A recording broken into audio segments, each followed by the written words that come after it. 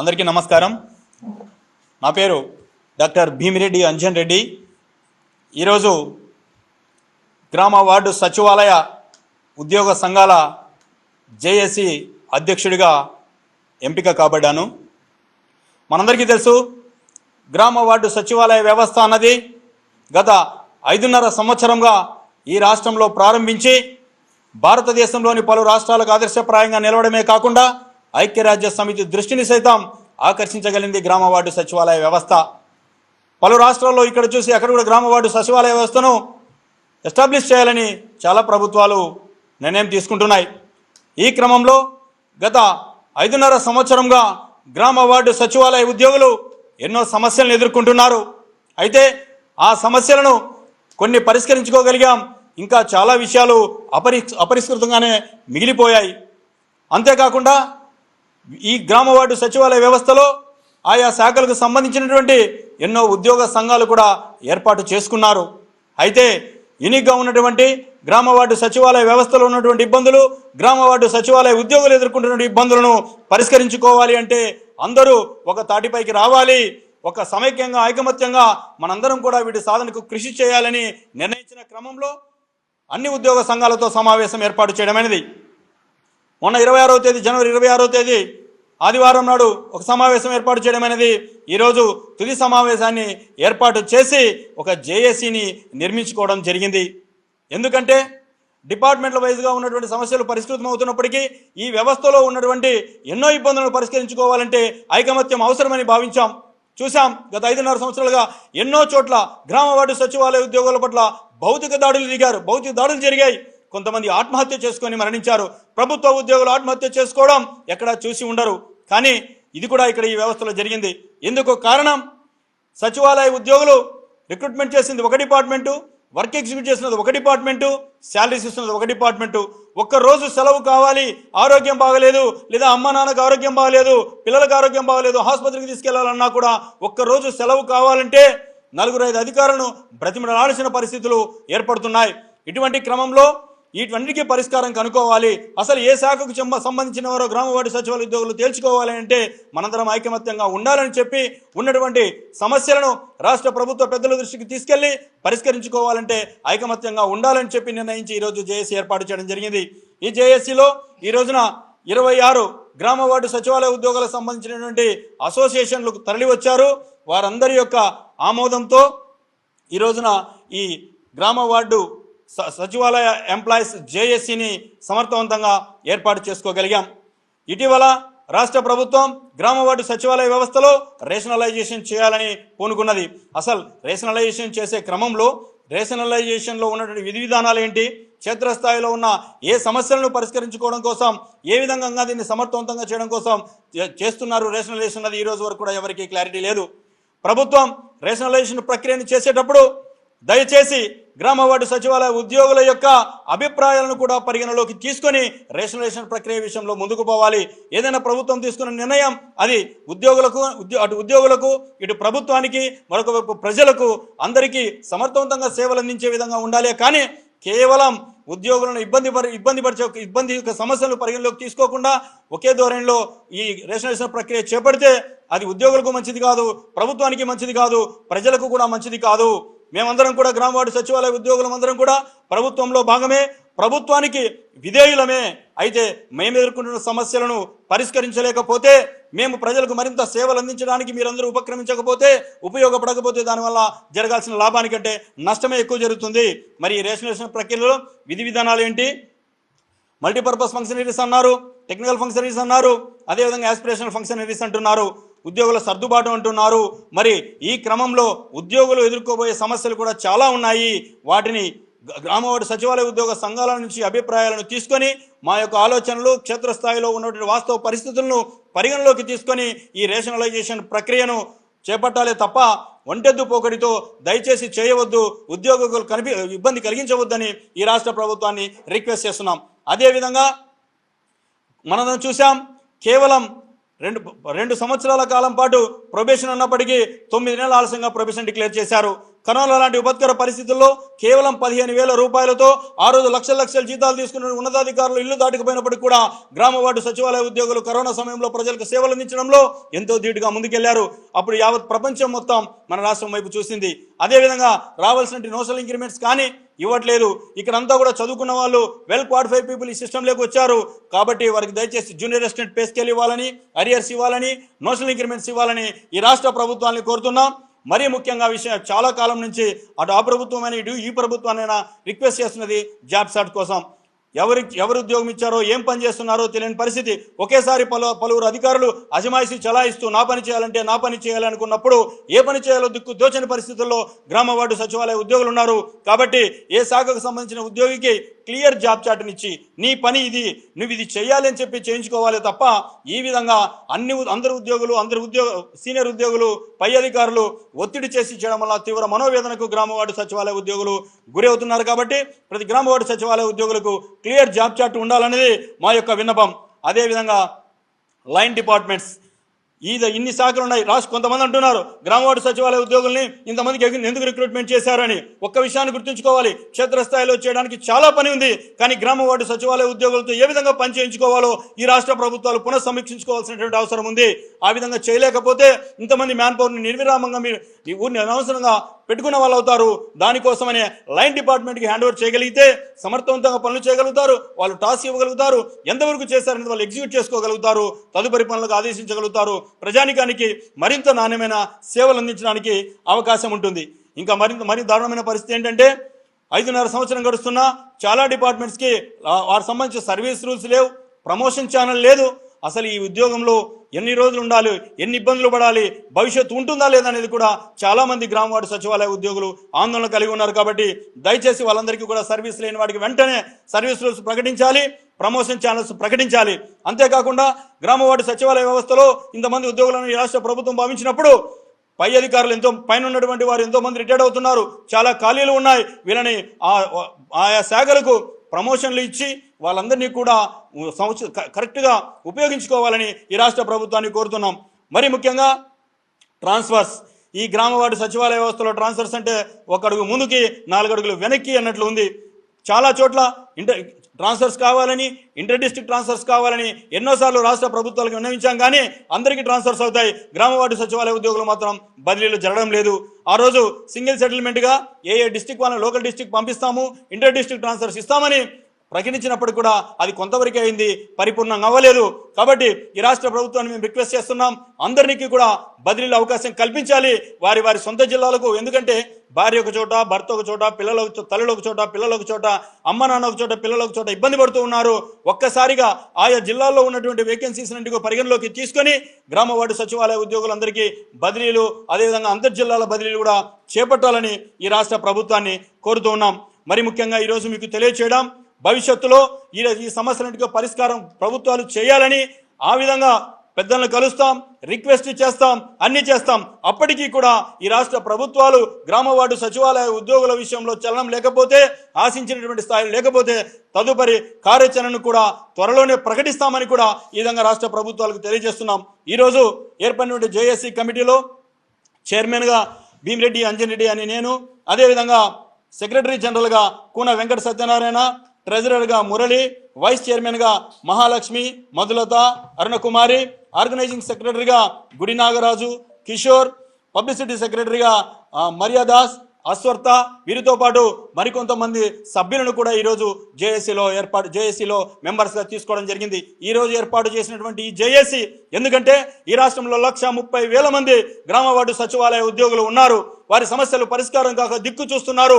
వీళ్ళందరినీ ఒక తాటి మీదకి తీసుకొచ్చి ఆ సమస్యల పరిష్కారానికి ఈ జేఏసీ తప్పకుండా అన్ని విధాలా కృషి చేస్తుందని, వీటిలో మరొక విషయాన్ని కూడా గుర్తుంచుకోవాలి. ఈ రాష్ట్ర ప్రభుత్వాలు మీరు చెప్పిన పని చేయడానికి భయపడలేదు. ఆత్మగౌరవ సమస్యతో ఇబ్బంది పడుతున్నారు గ్రామ వార్డు సచివాలయ ఉద్యోగులు. కాబట్టి వారి ఆత్మగౌరవాలకు భంగం కలగకుండా, పై అధికారుల నుండి వేధింపులు జరగకుండా చూడాల్సిన బాధ్యత ఈ రాష్ట్ర ప్రభుత్వానికి ఉంది. మరీ ముఖ్యంగా మహిళా ఉద్యోగులు ఎంతో మంది ఉన్నారు. చాలా వేధింపులు ఎదుర్కొంటున్నారు, బయటికి చెప్పుకోలేక ఇబ్బంది పడుతున్నారు. చాలా విషయాల వాటిలో మేము ముందు వాటిని పరిష్కరించగలిగాం. ఇటువంటి మహిళా ఉద్యోగులకు కానీ వేధింపులకు గురి కాకుండా చూసుకోవాల్సిన బాధ్యత రాష్ట్ర ప్రభుత్వానికి ఉంది. లేదంటే అటువంటి దుర్మార్గంగా కొంతమంది అధికారులు చేయడం వల్ల అది సచివాలయ ఉద్యోగులకు ఇబ్బందికరంగా ఉంది, ఈ రాష్ట్ర ప్రభుత్వానికి కూడా చెడ్డ పేరు తెస్తుంది, ఏ ప్రభుత్వాలకైనా సరే. కాబట్టి ఈ విషయాన్ని పరిగణలోకి తీసుకొని ముఖ్యంగా ఈ రేషనలైజేషన్ విషయంలో ప్రభుత్వాలు పునఃసమీక్షించి గ్రామ వార్డు సచివాలయ ఉద్యోగ సంఘాలతో చర్చించి అందరికీ సముచితమైనటువంటి నిర్ణయాన్ని తీసుకోవాలి. నోషల్ ఇంక్రిమెంట్స్ అరియర్స్ ఇవ్వాలి, అందరూ చదువుకున్న పిల్లలు జూనియర్ అసిస్టెంట్ పే స్కేల్ ఇవ్వాలి, స్పష్టమైన జాబ్ చార్ట్ను ప్రకటించాలి, లైన్ డిపార్ట్మెంట్స్ కంట్రోల్లోకి ఆయా శాఖలు హ్యాండ్ ఓవర్ చేస్తే మరిన్ని మంచి ఫలితాలు సాధించవచ్చు. సర్వీస్ రూల్స్ కానీ ప్రమోషన్ ఛానల్లో స్పష్టత ఉండాలి, బదిలీలు చేపట్టాలి, అంతర్జిల్లాల బదిలీలు కూడా అవకాశం కల్పించాలి అని కోరుకుంటూ గ్రామ వార్డు సచివాలయ ఉద్యోగులను దున్నే చోట కోడలమని మేసే చోట దూడలము అంటే ఎట్టి పరిస్థితుల్లో ఒప్పుకునే ప్రసక్తే లేదు. కాబట్టి గ్రామ వార్డు సచివాలయ ఉద్యోగంలో పునఃసమీక్షించాలి, ఉద్యోగ సంఘాలను వెంటనే చర్చలకు పిలిచి ఈ విషయంలో గ్రామ వార్డు సచివాలయ ఉద్యోగులు క్షేత్రస్థాయిలో ఎదుర్కొంటున్నటువంటి సమస్యలన్నింటినీ పరిష్కరించాలని ఈ రాష్ట్ర ప్రభుత్వాన్ని మేము డిమాండ్ చేస్తూ ఉన్నాం. మేము గడిచిన మాసం అంటే గడిచిన నెల రోజులుగా 2 సమావేశాలు ఏర్పాటు చేసుకున్నాము. మాతో కలిసి వచ్చినటువంటి గత సమావేశంలో 18 సంఘాలు, ఈరోజు సమావేశంలో 20 సంఘాలు, మొత్తం కలిపి 26 సంఘాల వరకు మేము అందరి తాలూకా అభిప్రాయాలు తీసుకొని ఇంటర్నల్గా మేము సమ్మతి తెలియజేసుకొని ఈరోజు ఒక కార్యాచరణ గ్రామ వార్డు సచివాలయ ఉద్యోగుల ఐక్య కార్యాచరణ సమితిని ఏర్పాటు చేసుకోవడం జరిగిందని చెప్పి ఈ సందర్భంగా రాష్ట్రంలో ఉన్న గ్రామ వార్డు సచివాలయ ఉద్యోగులందరికీ కూడా తెలియజేస్తూ ఉన్నాము. ఈ ఐకాసా ఎందుకు ఏర్పడింది? ఈ ఐకాసా ఉద్యోగుల యొక్క సమస్యల పరిష్కారం కోసం వాళ్ళు ఎన్నో ఏళ్ళుగా గత 6 సంవత్సరాలుగా ఎన్నో తీవ్ర ఇబ్బందులుగా ఒక ద్వితీయ శ్రేణి క్యాడర్గా ఎన్నో ఇబ్బందులు, మహిళా ఉద్యోగులకైతే వాళ్ళకి రావాల్సినటువంటి హక్కుగా పరిణమించినటువంటి మ్యాటర్నిటీ లీవుల నుంచి చైల్డ్ కేర్ లీవుల వరకు హక్కుగా ఉన్నటువంటి లీవులు కూడా ఇవ్వకుండా, సండేస్ అని లేకుండా పూర్తి స్థాయిలో చాలా మండలాల్లో చాలా ఇబ్బందులకు గురి చేసిన సందర్భాలు ఎన్నెన్నో ఉన్నాయి. ఇప్పుడు అన్నగారు చెప్పినట్టు చాలామంది సచివాలయ ఉద్యోగులు కూడా తమ ప్రాణాలని అర్పించడం జరిగింది. మరి ఇదంతా ఎంతకాలం ఇలాగా సచివాలయ ఉద్యోగులు అనేవారు చాలా ఇబ్బందులు ఎదుర్కోవాలి? ఇలా మేము ఆలోచించే క్రమంలో మాకు ఉన్న ప్రధాన సంఘాలతో పాటుగా కలిసి వచ్చిన అన్ని సంఘాలని కలుపుకొని మేము ఈరోజు ఒక జాయింట్ యాక్షన్ కమిటీని ఏర్పాటు చేసుకోవడం జరిగింది. మరి సమస్యలు ఎన్నో ఉన్నాయి. ప్రభుత్వం కూడా చిత్తశుద్ధితో ముందుకు వచ్చి మా సమస్యలన్నీ కూడా నెరవేరుస్తుందని మాకు పూర్తి ఆశాభావం వ్యక్తం చేస్తూ ఉన్నాం. లేని పక్షంలో ఖచ్చితంగా ఉద్యోగుల యొక్క మనోభీష్టం మేరకు ఈ జేఏసీ ఖచ్చితంగా రాష్ట్రంలో ఉన్న 1,40,000 మంది ఉద్యోగుల మనోభీష్టాల మేరకు ముందుకు ఖచ్చితంగా సాగుతుందని చెప్పి ఈ సందర్భంగా మీ అందరికీ తెలియజేస్తూ ఉన్నాను. అదేవిధంగా ఉద్యోగులకు రావాల్సినటువంటి ఆర్థికేతర విషయాలని సంబంధించి మొన్న రీసెంట్గా రేషనలైజేషన్ మీద ప్రభుత్వం ఉత్తర్వులు ఇవ్వడం, దాని తర్వాత సభ్య సంఘాలు వినతి పత్రాలు అందజేయడం, వాళ్ళు కూడా ఉన్నతాధికారులు ఏం చెప్పారంటే చాలామంది వస్తున్నారు, చాలా వినతి పత్రాలు ఇస్తున్నారు, మీరందరూ కూడా ఐక్య కార్యాచరణ సమితిగా అయితే బాగుంటుందని చెప్పి వాళ్ళు కూడా మాకు హెచ్చరించారంటే ఈ రాష్ట్రంలో సచివాలయ ఉద్యోగుల పరిస్థితి ఒకసారి మనందరం కూడా ఆలోచించి అందరం కూడా ఐక్యంగా ఉండాలి, ఐక్యంగా ఉంటే ఏదైనా సాధించగలమని చెప్పి అందరం తెలుసుకొని ఇక్కడ ఒక అజెండా పెట్టుకొని ఆ అజెండాయే ఉద్యోగుల యొక్క సమస్యల పరిష్కారం ప్రథమ అజెండాగా మేమందరం కూడా నిర్ణయించుకొని ముందుకు సాగుతున్నామని చెప్పి ఈ సందర్భంగా మీకు తెలియజేస్తూ ఉన్నాం. అదేవిధంగా ఈ రాష్ట్రంలో ఉన్న సచివాలయ ఉద్యోగులందరూ కూడా గమనించాలి, మనకి రాష్ట్ర ప్రభుత్వం నుంచి రావాల్సినటువంటి ఆర్థికేతర విషయాలు కూడా ఖచ్చితంగా ఈ ఐకాసా సాధిస్తుంది. ఉన్న పెద్ద నాయకులందరినీ కూడా కలుపుకొని ఖచ్చితంగా అవసరమైతే అందరినీ కూడా వారి యొక్క సహకారం తీసుకొని ఖచ్చితంగా ముందుకెళ్తుంది. అదేవిధంగా ఉద్యోగుల యొక్క మనోభీష్టం మేరకు ఈ ఐకాసా పనిచేస్తుందని, రాష్ట్రంలో ఎవరి వ్యక్తిగత స్వార్థ ప్రయోజనాలకు ఈ ఐకాసా అనేది ఏర్పడలేదని చెప్పి ప్రతి ఒక్క సచివాలయ ఉద్యోగి గమనించి మాకు మీరు సహకారం అందించడం ద్వారా ఖచ్చితంగా మన రాష్ట్రంలోని సచివాలయ వ్యవస్థకి కావలసినటువంటి అన్ని హంగులు మనమే సమకూర్చుకునేలాగా ప్రభుత్వంతో మాట్లాడి మన సమస్యల్ని మనమే పరిష్కరించుకుందామని చెప్పి ఈ సందర్భంగా తెలియజేస్తూ నాకు అవకాశం ఇచ్చిన మీ అందరికీ కూడా ధన్యవాదాలు. Thank you all. అందరికీ నమస్కారం అండి. ఈరోజు జేఏసీ ఆధ్వర్యంలో ఏర్పాటు చేసుకున్నటువంటి ఈ జేఏసీలోని ఆర్గనైజింగ్ సెక్రటరీగా కిషోర్ అప్పికట్ల అని నేను మాట్లాడుతున్నాను.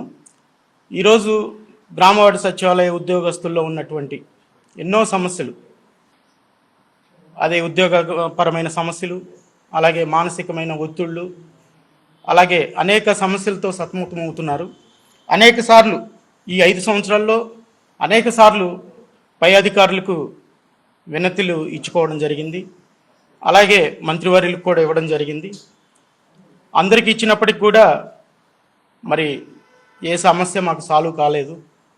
ఇక మీదటైనా కానీ, ఎందుకంటే అనేక సంఘాలుగా మేము ఉండడం వల్ల మాకు అది సాధ్యాలు కాలేదనుకుని ఈరోజు ఒక జేఏసీగా అందరం కలిసి ముందుకు సాగాలని నిర్ణయించుకున్నాం.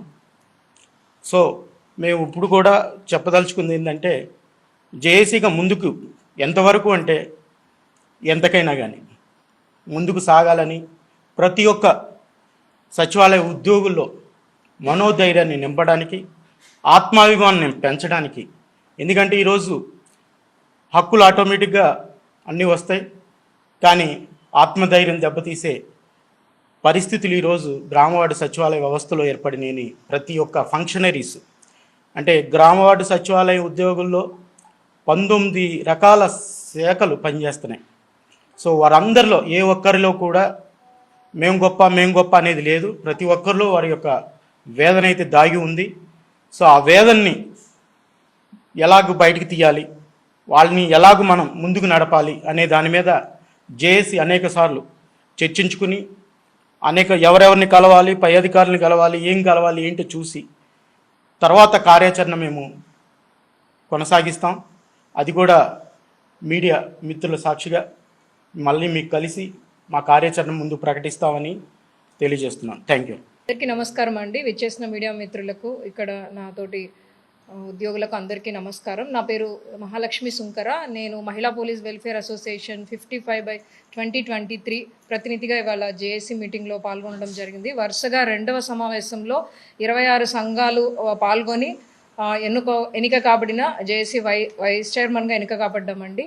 సో ఇవాళ కరెంటు ప్రధాన ఇష్యూస్ అయిన ప్రభుత్వం జనాభా ప్రాతిపదికన ఏదైతే రేషనలైజేషన్ అంటూ ప్రకటించడం, సో మా ఉద్యోగుల్లో అందరిలో ఒక అలాంటి అలజడి మేల్కొనిందండి.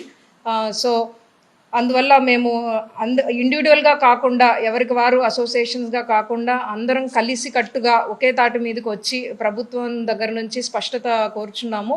So rationalisation, multipurpose and technical and aspirational ఫంక్షనరీస్గా మమ్మల్ని విభజించడం జరిగింది. అండ్ వాటి మీద మాకు ఎలాంటి ఇంకా స్పష్టత రాలేదు. సో ఈ జేఏసీ ద్వారా మేము ప్రభుత్వాన్ని వాటి మీద, అంశాల మీద స్పష్టత కోరుతున్నామండి.